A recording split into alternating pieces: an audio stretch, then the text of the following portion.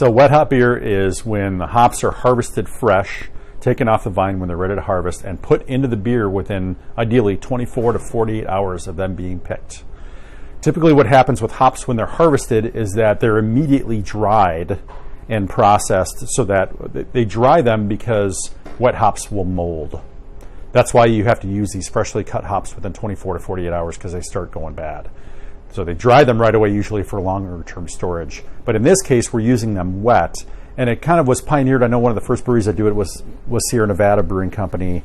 I want to say it was at least 10 years ago that they started doing something like this. I'm sure other breweries dabbled in it before then, because if you live in hop country, it's a smart thing to do. So wet hopping, you're taking these very fresh hops and then you're putting them into the beer, and you get a different character because the hops are roughly 80% water. And so when you're putting them in where there's still like a high water content, there's still a lot of the chlorophyll is active. It's like, so you get a lot more grassy flavors than you would with dried hops. And that's part of what makes a wet hop beer different. And also the oils are really well preserved. And the oils and the hops are what give the hop its aroma and flavor. So in theory, you're getting a lot more of that as well. Primarily where we want to use those hops is at the end of the boil. And the reason for that is we want to preserve all those aromatics that are in those hops. When you put hops into a boil for a long period of time, the aromatics, the oils, get volatilized off, and you're left with alpha acids or bittering is largely what's in there. And so those alpha acids add to the bitterness of the beer. We want to have the huge majority of those hops be at the very end of the boil. But it's really tricky. If you want, we had 175 pounds of hops. We don't want to put all those in our kettle because it would make getting the wort out of there really, really difficult and really difficult to clean up. So what we did is, and this is a trick that people use, is we actually put a small percentage of those hops into the boil. It was about 20 pounds that we put into the boil for bittering. And then at the end of the boil, what we did was we cleaned out our mash tun, which normally just has grain in it. We cleaned it out, sanitized it up, and put the rest of the 155 pounds of wet centennials in the mash tun, and we used that as a hop back.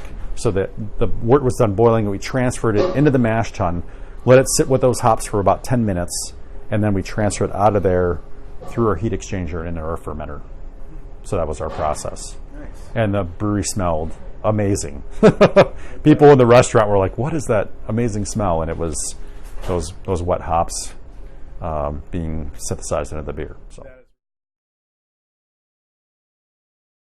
Well, we really wanted to make a style of beer that people would enjoy and that would really highlight the character of these hops. So we decided to make a session IPA. Session IPA means that there's a lot of the hop characteristics of an IPA, but at a more drinkable alcohol level. So this one comes in under 5%. It's about 4.8% alcohol by volume. Again, really emphasizing the hop flavors and aromas that are in there. And we don't really make session IPAs, so it was kind of a fun chance to do something like that too. Yeah, it's kind of both. I mean, it's a process. We use it in a process so that we, have these freshly harvested hops, and we use them at the end of our boil in a hop back. So it's really part of a process, but you could call it a style as well, because I know that you can enter a wet hop beer, for instance, at the Great American Beer Festival. So there is also a style characteristic to that as well. And you're getting more grassy flavors than you would with a dried hop, so it does affect the flavor of the beer.